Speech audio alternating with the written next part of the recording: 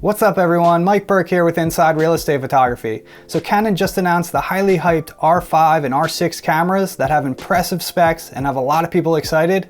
So in this video, I thought I'd share my thoughts and opinions on these new cameras from the perspective of a real estate photographer.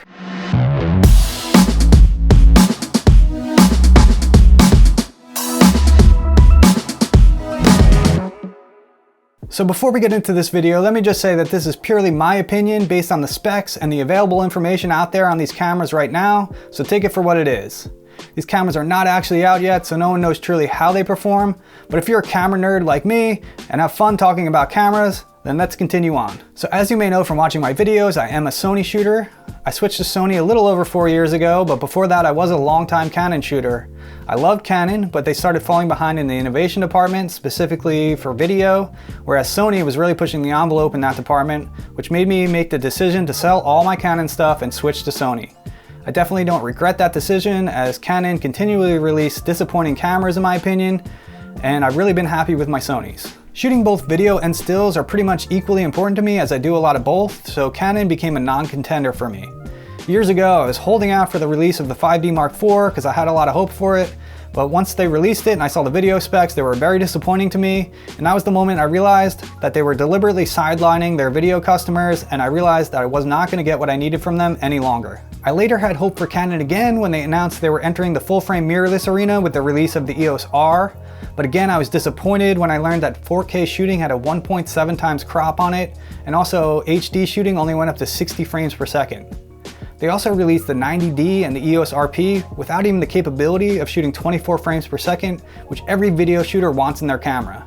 They fixed it later in a firmware update, but what the hell, Canon? If you're a real estate photographer that just shoots stills, then you might be content with what Canon has been putting out over the past few years, because in the stills department, they do just fine. I am of the opinion though, as real estate photographers, that we need a camera that excels at both shooting stills and video. If you're not shooting video yet as a real estate photographer, I believe you will be soon, and that you should become familiar with it, because I think it's going to be a huge part of what we're doing in the next coming years. It's already a big deal for me. I shoot a ton of videos in my area, and the demand is rapidly growing. So here we are in 2020, and for us video shooters, we've pretty much completely given up on Canon at this point. And then out of the blue, they drop a bombshell and announce the release of the R5 and R6 with absolute dream specs for photography and video shooters. Are we in an alternate universe? What happened to Canon, and why are they all of a sudden giving video shooters everything they ever wanted in a camera? Am I actually thinking about switching back to Canon for the first time in 5 years? The specs seem too good to be true, and maybe they are in some respects, but we'll get to that in a minute. For now, let's run through the specs real quick, and I'll share my thoughts on these cameras afterwards. So for the R5 specs, we have a 45 megapixel full frame sensor, 12 frames per second mechanical shooting, 20 frames per second electronic shooting, 8K raw video recording internally, uncropped, up to 30 frames per second, 4K recording up to 120 frames per second uncropped, full width of the sensor, 1080 shooting up to 60 frames per second, not 120 frames per second for some reason, I don't know why.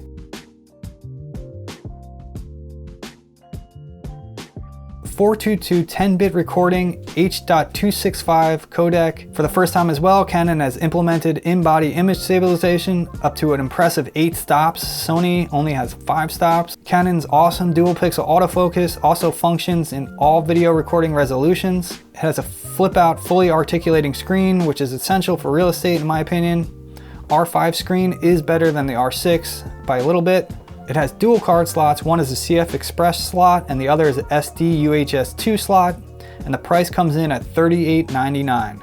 The Canon R6 specs, it has a 20 megapixel full frame sensor, and like the R5, it has 12 frames per second mechanical shooting, 20 frames per second electronic shooting, 4K shooting up to 60 frames per second, although there is a 1.07 times crop, or about 94% width of the frame, 1080 shooting up to 120 frames per second, which is nice. Also records 422 10-bit recording in the H.265 codec. It only records IPB though, not the All-I, which is Canon's higher quality recording mode for video. It also has the in-body image stabilization like the R5 up to 8 stops. The dual pixel autofocus, as far as I know, also works in all video recording resolutions. It also has the fully articulating screen, although like I said, it's not as good as the one on the R5. It also has dual card slots, but these are just two SD UHS 2 slots. and the price comes in at $24.99. So there you go, those are impressive specs, aren't they? Especially on the video side of things. Most of us these days would be happy to get 60 frames per second 4K shooting in our cameras, and here's the R5 offering 8K RAW recording and 4K shooting up to 120 frames per second with no crop. When rumors of these specs surfaced months ago, most of us assumed there would be a major crop on these recording modes, or at least they'd be hindered in some way because that's what Canon does with their cameras. Let's be real though, do us real estate photographers need 8K RAW recording capabilities in our cameras? The short answer is no. It's totally overkill for what we're doing, and we probably never ever use it. The 4K 120 frames per second, however, is enticing and something I'd be heavily interested in. I shoot my walkthrough videos in 1080 120 and I love the way it looks, so being able to do that in 4K with better image quality and greater flexibility would be awesome. However, this is where we start to get into some potential problems with the R5 and why some of these specs may be too good to be true. Both 8K recording and 4K 120 frames per second recording require a lot of data processing, as you might expect, and because of that, a couple of significant problems arise. First, you'll only be able to record those modes to the CF Express card slot and not to both slots simultaneously, giving you a backup of your footage should the CF Express card slot fail. The CF Express cards are very expensive as well. For instance, a 1TB CF Express card will only hold about 50 minutes of 8K RAW video and cost nearly a whopping $700. It has also come out that because of these high data rates, that the camera will have limited recording times in these modes before the camera shuts down because of overheating. For me, this was a very disappointing thing to hear, and why this camera may be too good to be true, as I mentioned earlier. If you're constantly worried about the camera overheating and shutting down on you, it's hard to rely on it as a professional tool. So this chart has come out, and apparently in 8K recording mode, you'll only get about 20 minutes recording time, and in 4K 60 frames per second, you'll get about 35 minutes recording time before the camera shuts down from overheating. I can only imagine 4K 120 frames per second will be worse than 4K 60.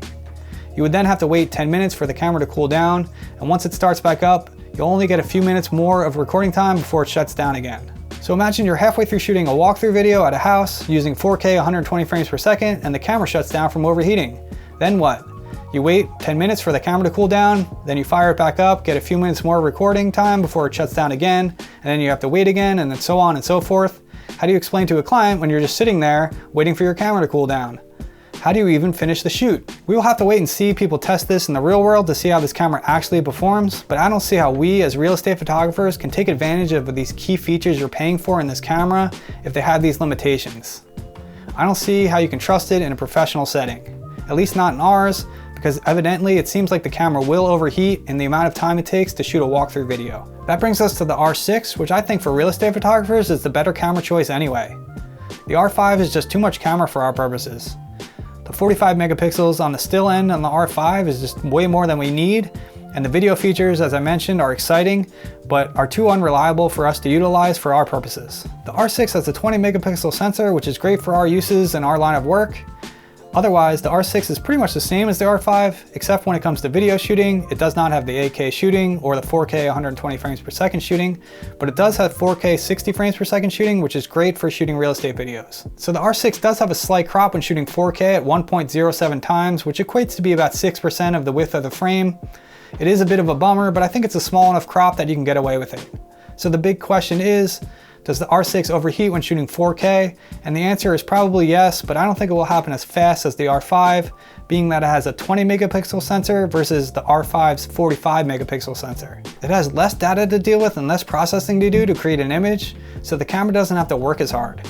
Will the 4K 60 though be reliable enough to depend on to shoot things like walkthrough videos? I don't know. We'll have to wait for people to test it to find out, but I think it potentially could be reliable enough. Also, the R6 offers 120 frames per second recording in 1080, so you have that option as well. Alright guys, again, this was just a fun video sharing my thoughts on these potentially awesome new cameras from Canon.